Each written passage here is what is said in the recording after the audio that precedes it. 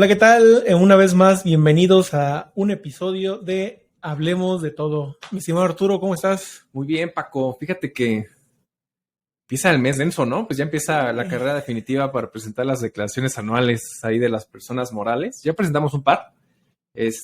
¿Todo bien con la plataforma? Hasta ahorita todo bien, digo, también fueron personas morales que apenas van a arrancar operación, entonces su información era muy sencilla. Muy nula.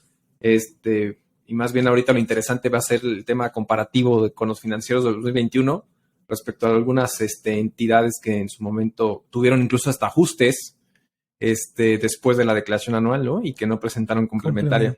Sí, ahí la compulsa de Sí. la autoridad va a estar Exacto. interesante y sobre todo qué va a proceder. Es correcto. Bueno, y el día de hoy vamos a hablar precisamente de qué es el SAT, cómo se come o nos come. Güey. ¿Nos come, Arturo?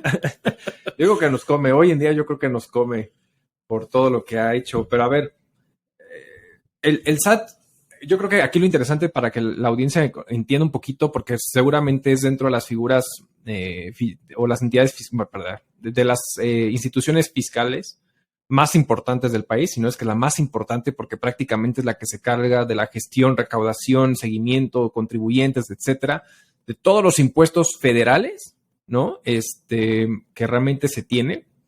Entonces creo que es una de las cosas importantes, pero a ver, vamos a ir discerniendo porque incluso hay otras instituciones fiscales, llámese el IMSS, llámese el Infonavit, Secretaría de Finanzas, etcétera, etcétera.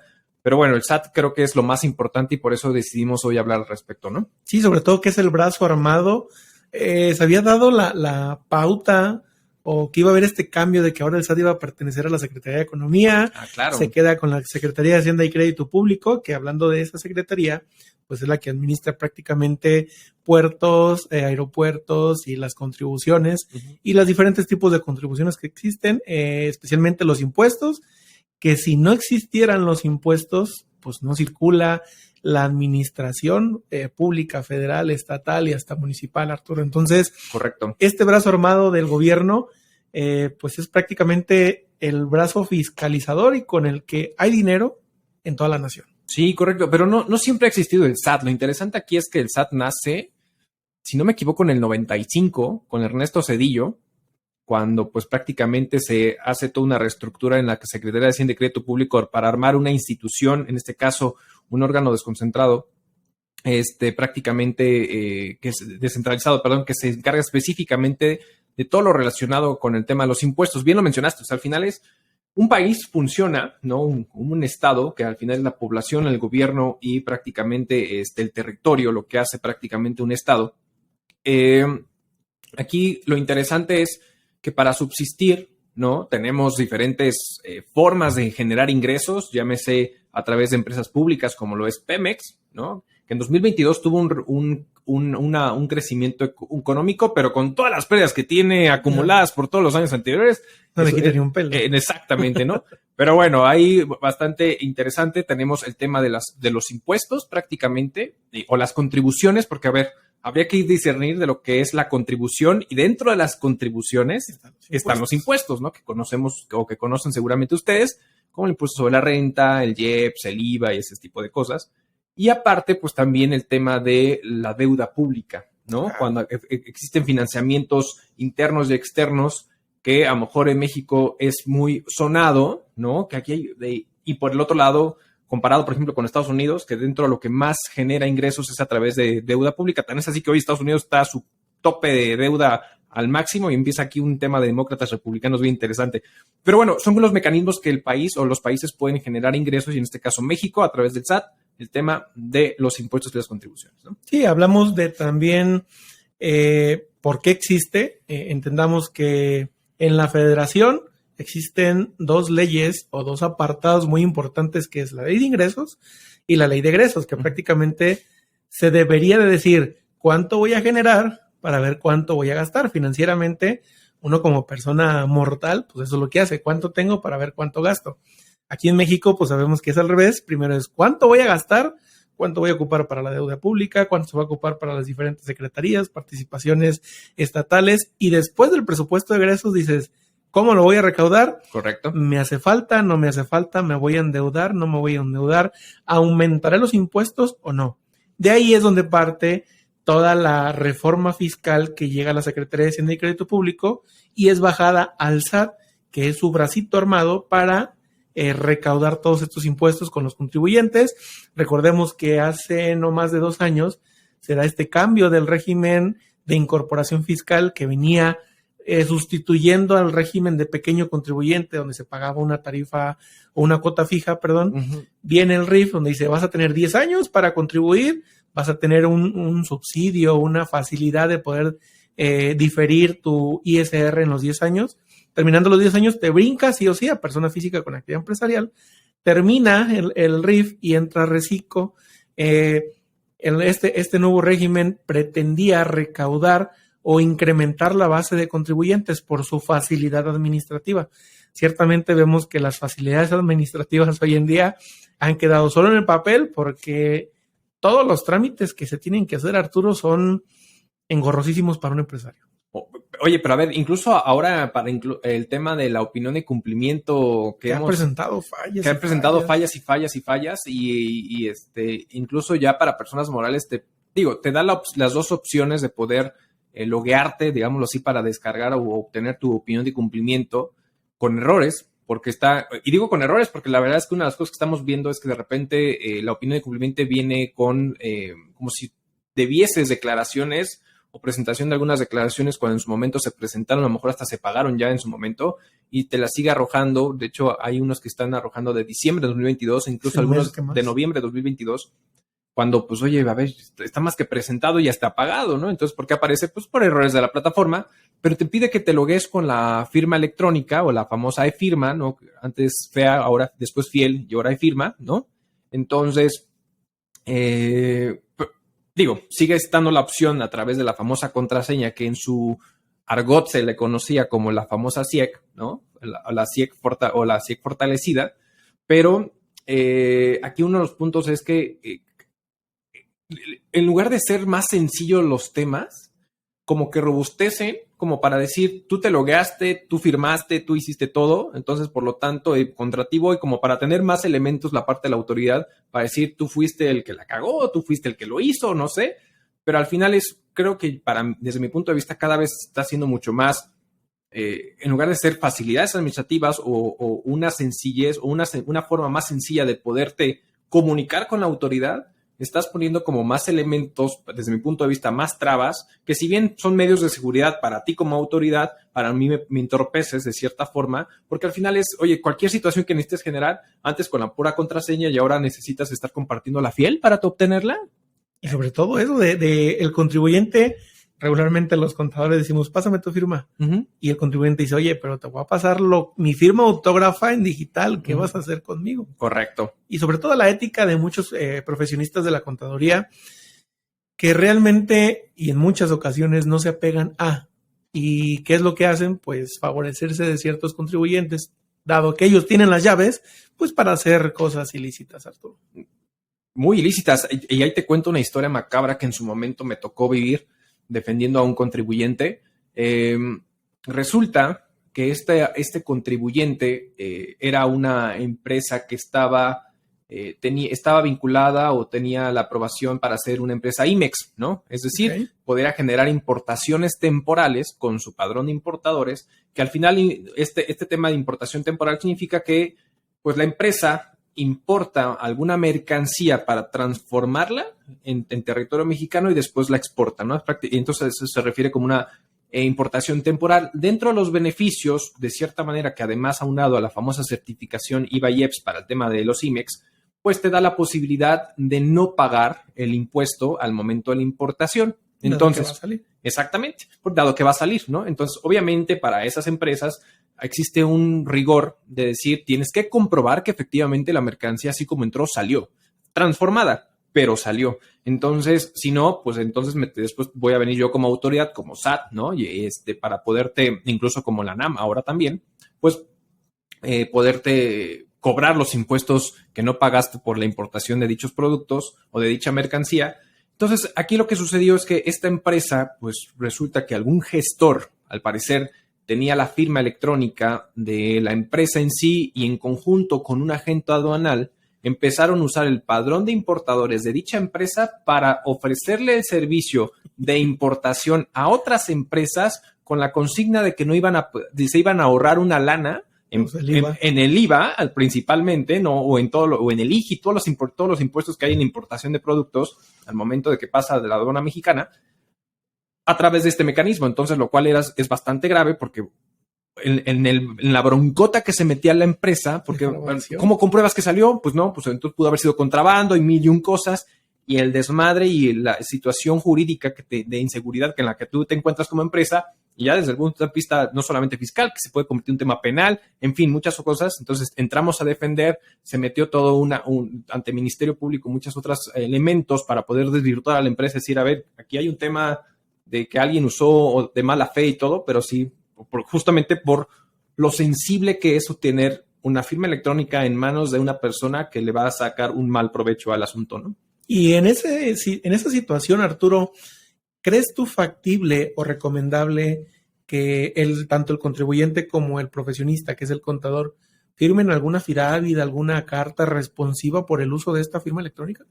Mira, en principio yo te diría que sí, ¿no? Yo creo que yo creo que, a ver, por un lado tenemos una autoridad, en este caso el SAT, que te dice, y tiene toda razón, la firma es única e intransferible. Es decir, cuídala y no la compartas, ¿no? Porque es tuya. El folletito ¿no? Te lo dicen, ¿no? Sí, te lo dicen perfectamente. Obviamente en la praxis, la realidad es que si bien las grandes empresas donde tienen control interno, tienen mecanismos para saber quién sí, quién no tiene el poder para poder gestionar o generar o usar los certificados de sellos digitales o para poder utilizar la firma electrónica o la contraseña propia del RFC vinculado, etcétera. Pues la realidad es que la gran parte de la población, el 90 y tantos % de la población, que son personas físicas, son pymes, son micros, son medianas, pues la realidad es que muchas veces se apoyan de profesionistas, llámese abogados, llámese contadores, llámese como se quieran llamar, para poder hacer frente y apoyarlos en la gestión, donde outsourcean este tipo de servicios con este tipo de firmas o de personas. Pues la verdad es que en la praxis sucede. Entonces, como en esa praxis sucede, sí creo que es importante que al final determinar durante qué periodo o a partir de qué periodo la empresa compartió la información seguramente con dicho despacho, con dicho contador, con dicho abogado, con quien sea, para gestionar, ¿no? Entonces, creo que sí es importante que existan elementos como para decir, a ver, yo te la compartí, aquí está, entonces cualquier mal uso va a ser responsabilidad completamente solidaria de tu parte.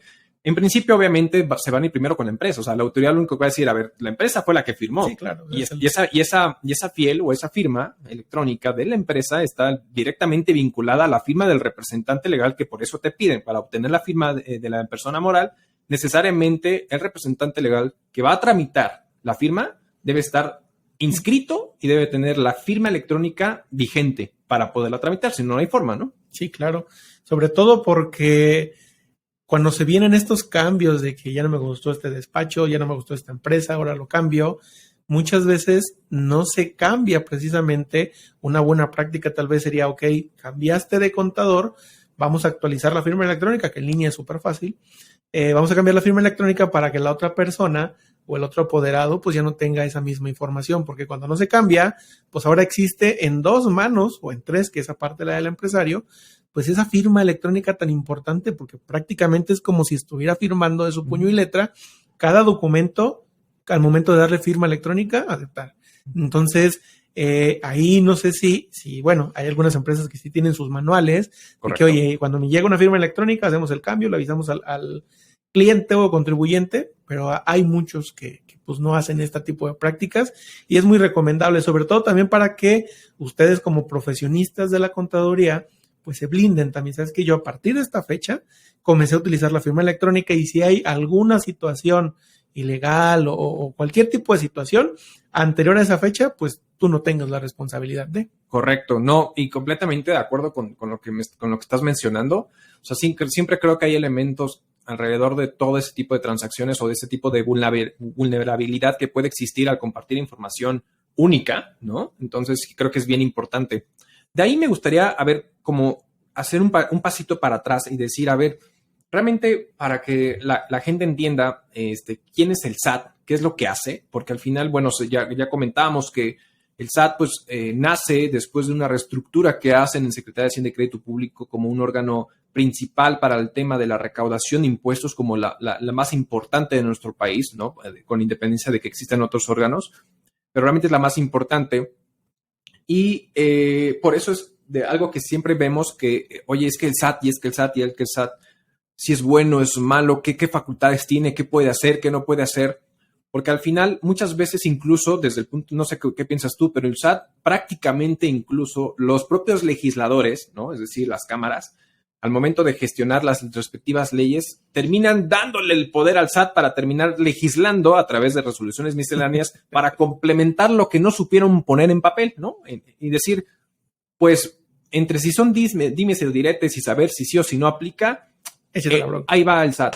Y el SAT ahí se empieza a meter reglas y reglas y reglas, y tantas reglas que existen, o sea, pareciera que todos los meses tenemos versiones anticipadas, antes de que las publiquen en el DOF, de versiones anticipadas de cambios o modificaciones a la resolución miscelánea 1, 2, 3, 4, y de repente dices, güey, espérame, pues, ¿qué tanto haces? No, pues lo estás haciendo con las patas porque estás ajustando. Digo, me queda claro que están ajustando temas, pero es, ¿qué papel juega realmente el SAT con los contribuyentes y por qué tanto ese, pues no sé si temor? Yo puedo considerar que puede existir incluso un temor de algunos contribuyentes, decir, no sé ni quién es, no sé qué me vayan a hacer, pero mejor cumplo, ¿no?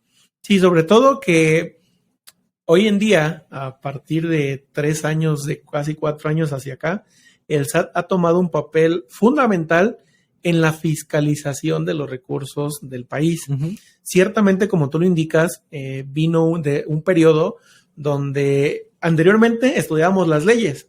Llegaba una nueva reforma, comprábamos nuestros prontuarios, así imprimíamos nuestras leyes y le dábamos una ojeadita, se cambió este artículo, pero hoy, aparte de estudiar las leyes, tenemos que estudiar la resolución miscelánea fiscal, y no solamente la que sale en diciembre, perdón, sino la que, como tú lo comentas, están anticipando, y ahora cambió esta regla, y ahora cambió este permiso, y ahora cambió este formato. Y los legisladores, que son los que deberían de ser encargados de poner los impuestos o dejarlos como están o retrocederlos, le pasan la estafeta al SAT, donde dicen, pues tú eres el brazo armado de fiscalización, a ti te toca. Las leyes se quedan como así porque yo tengo otros temas más importantes que arreglar en las leyes, dependiendo el legislador, y le dejamos al SAT su chamba de fiscalizar. Entonces, el SAT, aparte de ser ese recaudador, es decir, si pagaste bien o no pagaste bien las recaudaciones, ahora se encarga pues de buscar qué otras maneras de fiscalizar, y no solo en impuestos. Fíjate que se me hace muy curioso, porque recordarás que el año pasado, por ahí por marzo, abril, vino una oleada tremenda, un tsunami de multas, porque te llegó un requerimiento de hace 2 años y no me presentaste en tiempo y forma, ahí te va la multa, y eran cerca de 15,000 pesos por cada obligación omitida. Y pues lógicamente se vino un tsunami de amparos, de revisiones con la Prodecon, que al final de cuentas muchos terminaban ganando, pero ojo, muchos contribuyentes, como lo comentábamos en el episodio pasado, decían, no quiero tener broncas, ahí te van los 100,000, 150,000 pesos, sí, paga.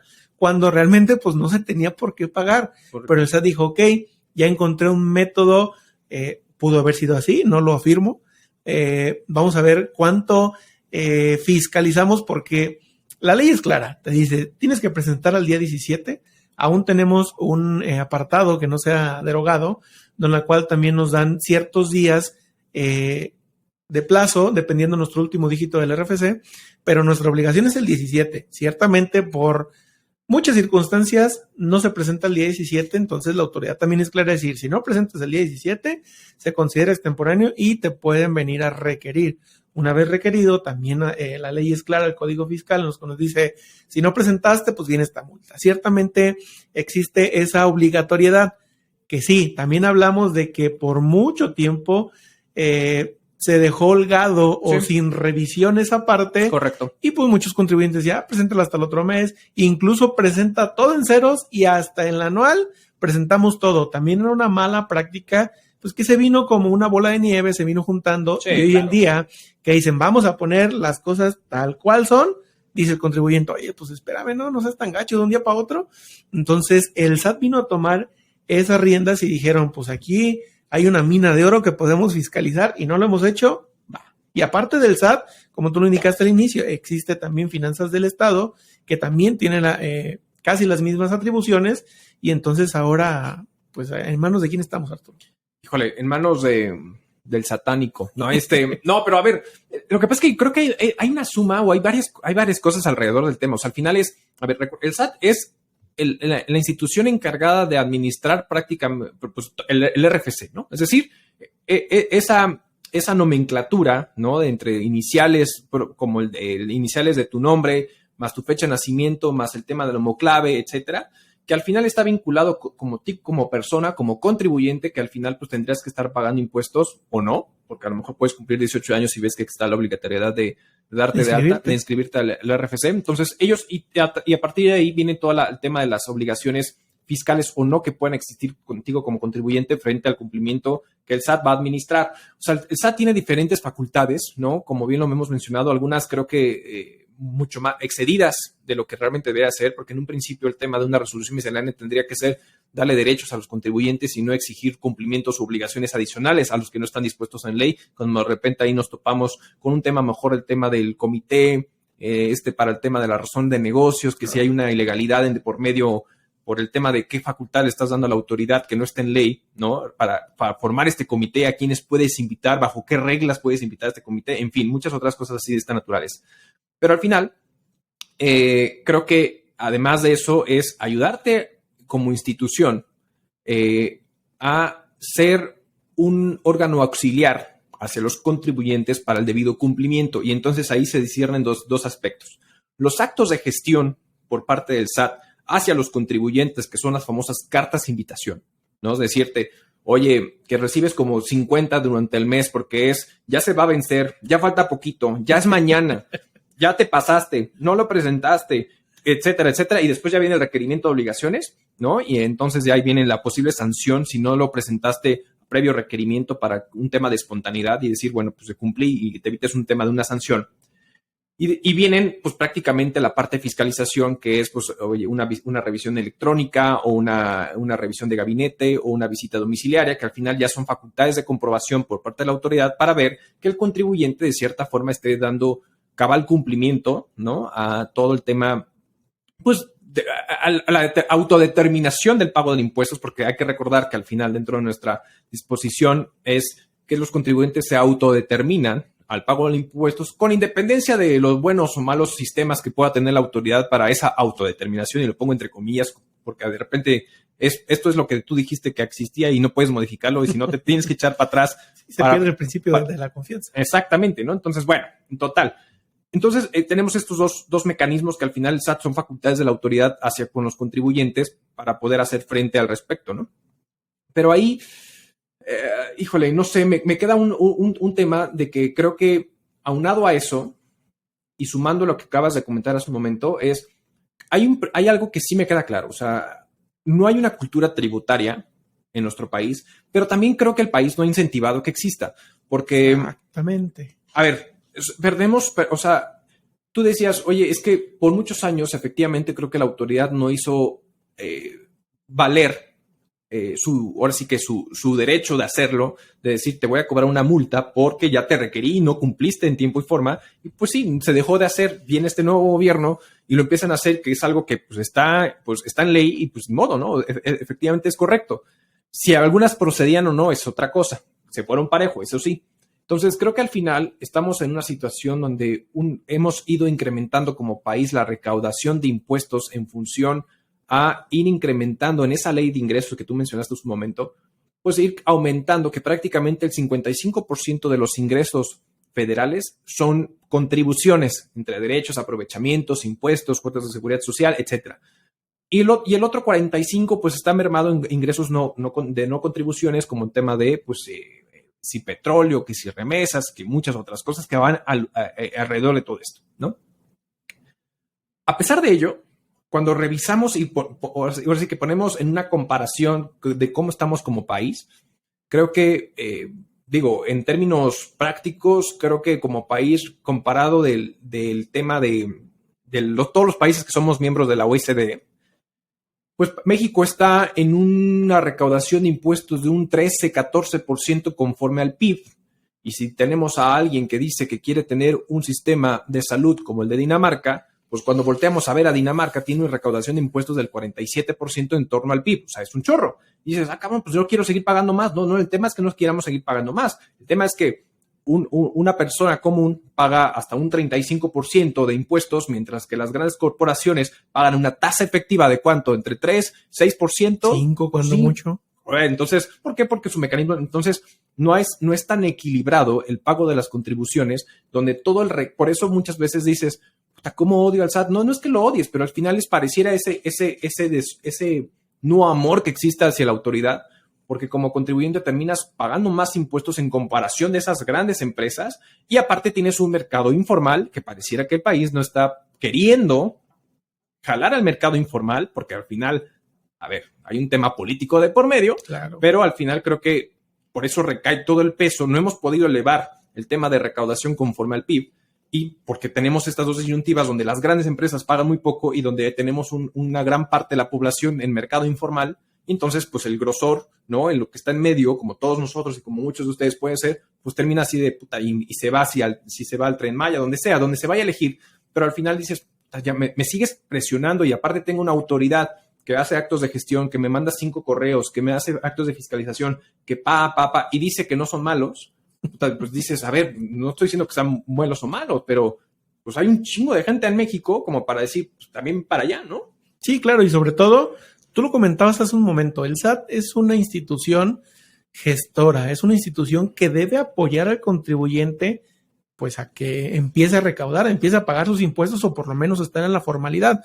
¿Qué pasa? Se me ocurren muchas situaciones de que llega un cliente y te dice, oye, no tengo firma electrónica, pero quiero regularizarme. Vale, sacas una cita de solicitud de firma electrónica, te la dan 3 meses después, llega la cita, llega este cliente, se sienta en el SAT y dice, vengo por mi firma electrónica, aquí está mi cita. Uy, joder. Y le dice, oye, pero usted ya tenía y su cita era revocación y renovación de firma electrónica, entonces vaya y saca otra cita y vuelve después, dices, oye, pues esperé 3 meses para que me digas que tengo que esperar otros 3 para venir ahora sí con mi trámite, pues entonces realmente el SAT estará perdiendo su principal motivo, que es la gestión y el apoyo a los contribuyentes, porque pues esto nos deja mucho que desear y sobre todo también llegan las personas morales y se van a inscribir y le dicen, es que ya me tienes que traer un comprobante de domicilio. Oye, pues no tengo RFC, ¿cómo saco un comprobante de domicilio? Que bueno, la resolución nos dice que podamos llevar un contrato de arrendamiento, pero dice, ¿con quién celebro un contrato de arrendamiento si todavía no estoy constituida? Correcto. Por eso existía la facilidad con los notarios de poder inscribir a las personas morales y ya por lo menos tenías el RFC, podías sacar tus comprobantes de domicilio e ir por tu firma electrónica más tranquilamente. Entonces, creo que han sido varios movimientos que ciertamente todo por que los notarios, mis respetos para ellos, pero algunos notarios pues no hacían bien su chamba. Claro. Y dijo el SAT, ¿sabes qué? No, pues aquí se está dando la pauta para que existan fraudes, entonces, ¿sabes qué? Los quitamos. Pero ¿dónde solucionaste eso? Anteriormente también existía, hoy vemos a los asalariados, es que no tengo mi constancia, ya va a venir ya lo prorrogaron, pero hace un año donde todos estaban volviendo locos y los patrones decían, es que no te voy a poder pagar tu nómina si no me traes tu constancia. Y decían, ay, ¿dónde voy? Y donde incluso los que no estaban inscritos, anteriormente podías dar de alta a sueldos y salarios o asalariados en el SAT, y ahora quitaron varias opciones y no, pues es que tienes que ir a inscribirte. Entonces, todas estas facilidades pues se fueron quitando y orillando a cuellos de botella. ¿A dónde? Que todos tengan que ir al SAT. Vemos ahí en el centro las filononas desde las 7 de la mañana y donde están bajo el sol. Y es que no me pudieron atender y entonces tengo que volver otra vez porque ya no dieron turnos. Y la gente dice, oye, pues con todo respeto para las instituciones, pero están peor que el IMSS, voy y no me atienden. Entonces, ¿qué es lo que pasa? En vez de lograr la formalidad o de incentivar a los contribuyentes a que vayan a la formalidad, pues dicen, no, ¿sabes qué? Me quedo, sigo cobrando en efectivo y hay que paguen los que tienen dinero. Exacto, y justo acabas de decir algo muy interesante, porque creo que, y es lo que comentábamos hace un momento, o sea, de repente sí existen, me queda claro que por parte de la autoridad están buscando candados para que no exista un tema de un mal uso de identidad de contribuyentes para el tema de factureras y para todo ese tipo de cosas, lo cual estoy completamente de acuerdo. Pero en lugar o sea, como de atacar esas situaciones, ponen candados que terminan entorpeciendo la operación de los negocios. O sea, a ver, ¿por qué han seguido pateando el tema de las sanciones a la carta aporte? Porque no han podido terminar de implementar ese desmadre, a pesar de que está vigente y lo tienen que seguir gestionando.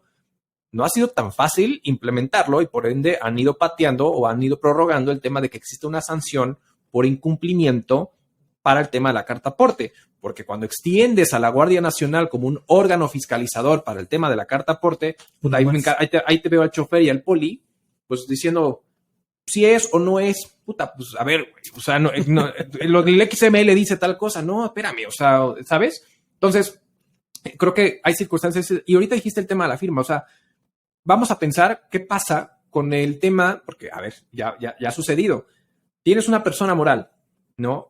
Una de las cosas atinadas que hizo el SAT, que creo que fue bastante bueno, es que te hayan permitido por fin poder renovar después de un año, que haya sido vencido el certificado de la firma electrónica, pues el tema de personas físicas, pues ya sabíamos que sacaron la plataforma de SAT ID y toda esa situación. Que si es lenta, que si no sé qué, pero ha funcionado, ¿no? Con sus bemoles, pero ha funcionado. Y el tema de las personas morales, bueno, darles la posibilidad de que mientras tengas al mismo representante legal y su FIL siga vigente, pues puedas renovar prácticamente antes de que pase un año de haber vencido la firma electrónica de la empresa, de la persona moral, pues poderlo renovar justamente a través del famoso Certisat, ¿no? Eso, certifica. Entonces, uno de los puntos ahí es prácticamente, de los puntos interesantes es cómo, si bien eso es algo muy bueno por parte de que hizo el SAT, ahora, ¿qué pasa? A ver, ya pasó. Tú le impones a los contribuyentes, personas morales, que presenten su declaración anual, por lo menos ahorita de retenciones de ISR, de salarios, retención de IVA y el pago provisional de ISR propio, ¿no?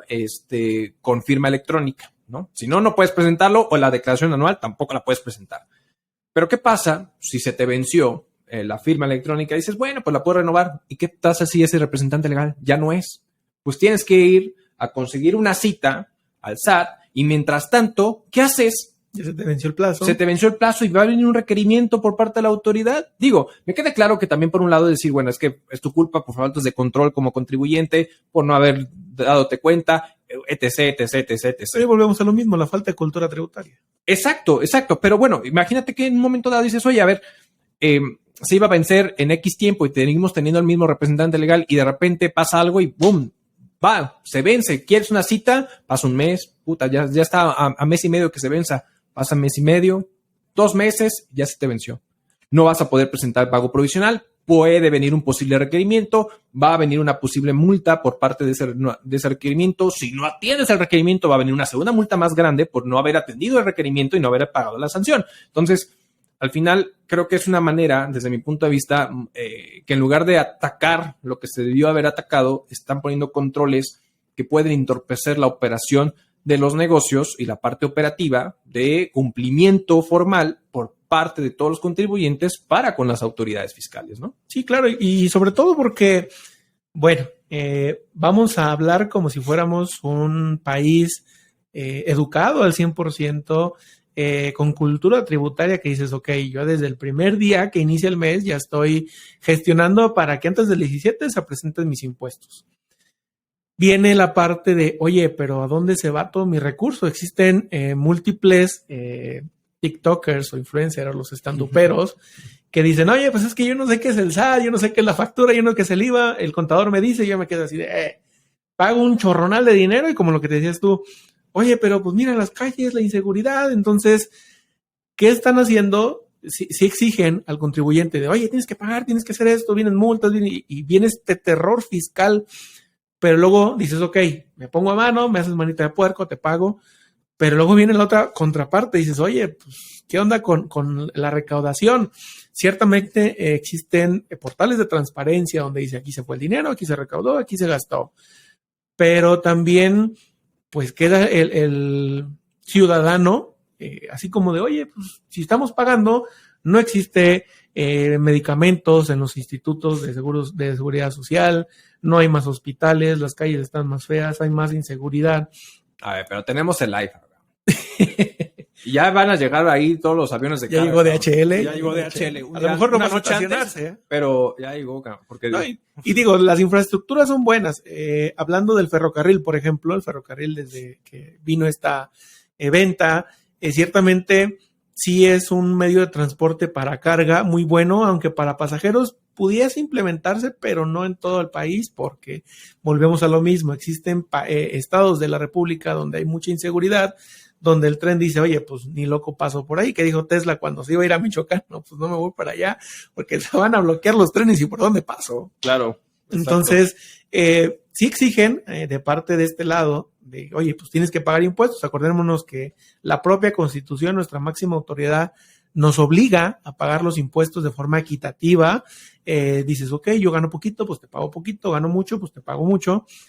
Pero luego viene la parte de, oye, pues tu autoridad también tienes la obligación de transparentar y de ejecutar bien los gastos, pero pues no lo vemos y luego viene toda esta bola de nieve que pues si tú no haces esto, yo no lo pago. Entonces ahorcan al que sí dices, no, pues yo sí quiero pagar. Existen empresas y contribuyentes también pequeños que dicen, no, si yo debo 10 pesos los pago, si debo 1,000 los pago, o sea, pero empiezas a ahorcar a la base contributiva que cada vez es o no cada vez es menor, pero pues, no se ha agrandado, y entonces, ¿cómo vamos a terminar esta historia? Dijera por ahí un cantante.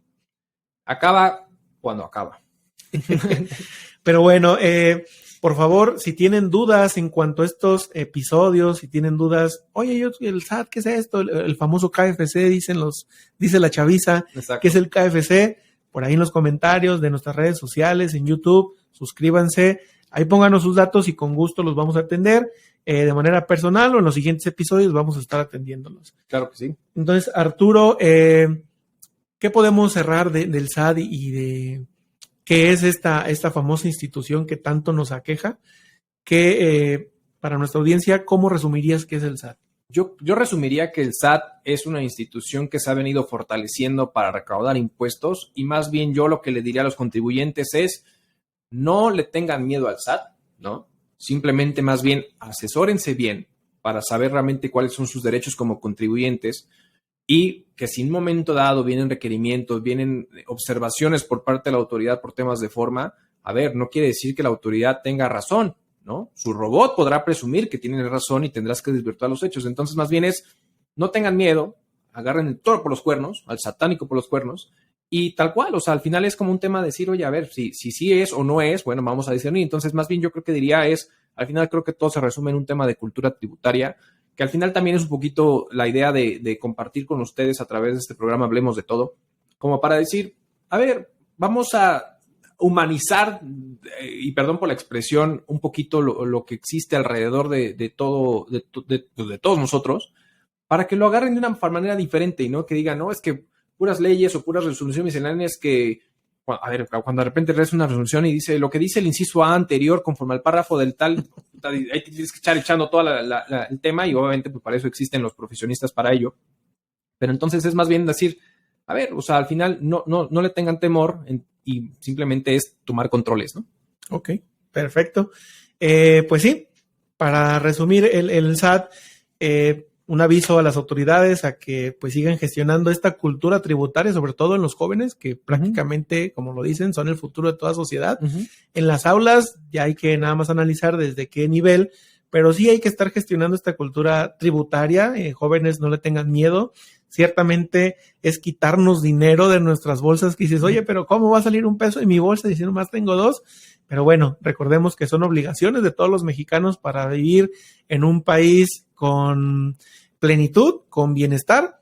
Ya también ahí se quedan los asegúnes, pero síganse informando, sigan teniendo esta cultura tributaria y financiera sobre todo, para que ustedes puedan tener y gozar de una salud financiera estable, y también se pueden ir de vacaciones cuando ustedes quieran sin ningún problema. Exacto, lo más importante. Arturo, muchísimas gracias por el episodio de hoy. Hombre, a ti, Paco. Síganos en nuestras redes sociales. Nos da mucho gusto que ya poco a poco se vayan sumando suscriptores y likes en la página de Facebook. Por ahí nos seguimos viendo la próxima semana.